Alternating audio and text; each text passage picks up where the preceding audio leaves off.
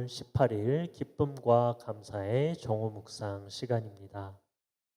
오늘 하나님께서 우리에게 허락하시는 하나님의 말씀은 야고보서 1장 5절 말씀입니다.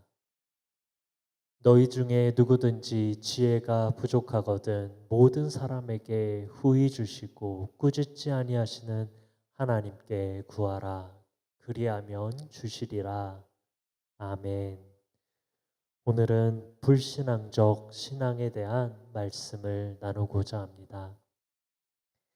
믿음이 있다고 하여도 기독교 교리와 진리에 대해 의심을 가지는 사람들이 많이 있습니다.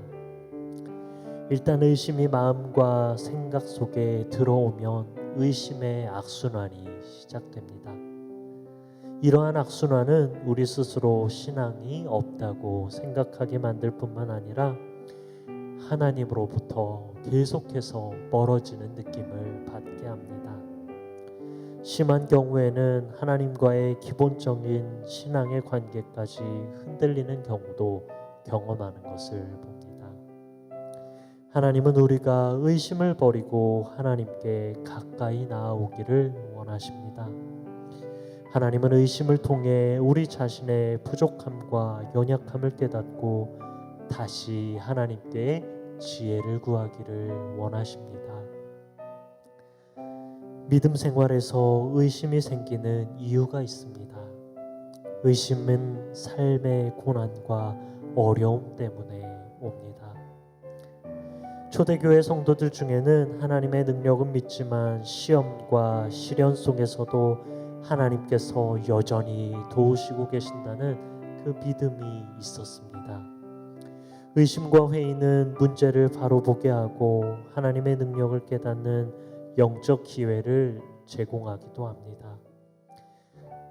의심의 문제를 이해하기 전에 그 의심을 감정적으로 받아들이는 경우가 많은데요.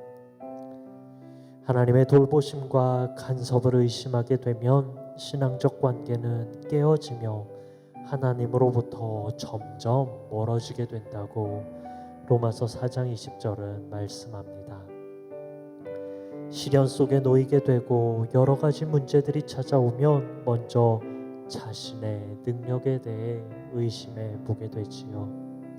즉 나의 경제적 능력, 지적 능력, 육체의 건강, 감정 조절 능력, 세상적인 힘에 대한 자신의 능력을 의심합니다. 이런 상황이 더 심해지면 사람들은 자신의 목숨을 포기하기도 하고 치명적인 육체적 병이나 정신분열, 좌절감 등으로 고통을 받게 되는 경우까지 생기게 되는 것이지요.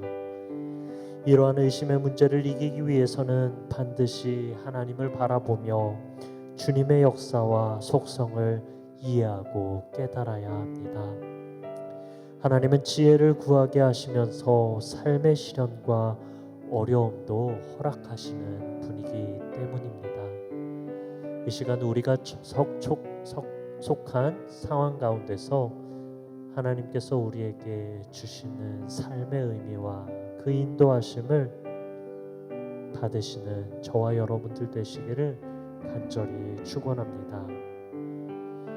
먼저 기도하실 때 매 순간 그리스도를 믿는 신앙 안에서 살게 하여 주시기를 기도하면 좋겠습니다.